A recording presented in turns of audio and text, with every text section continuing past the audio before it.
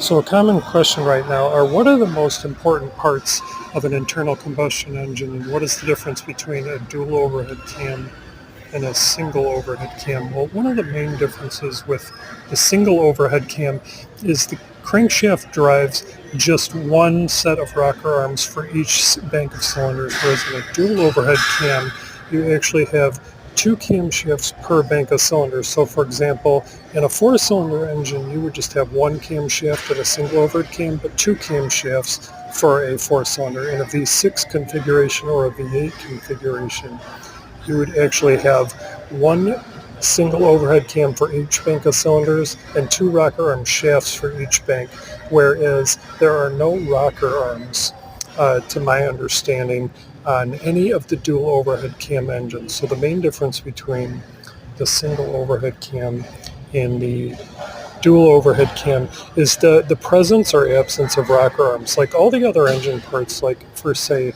a distributor, an alternator, any of the other major engine components, that is all the same. But really the difference between the pushrod engines, single overhead cam, and the dual overhead cam is really how many cam gears.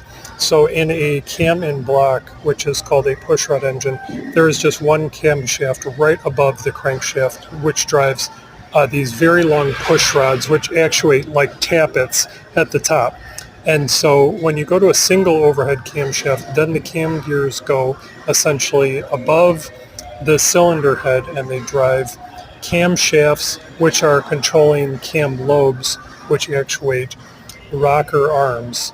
And so, for example, if you have one of the biggest misconceptions is that on a 24 valve single overhead cam engine that there are more valves or better breathing on a dual overhead cam. Now that's only true if you're talking about a 12 valve versus a 24 valve, but if you're talking about 24 valve single overhead cam versus a 24 valve dual overhead cam, it's basically how high the RPMs can go.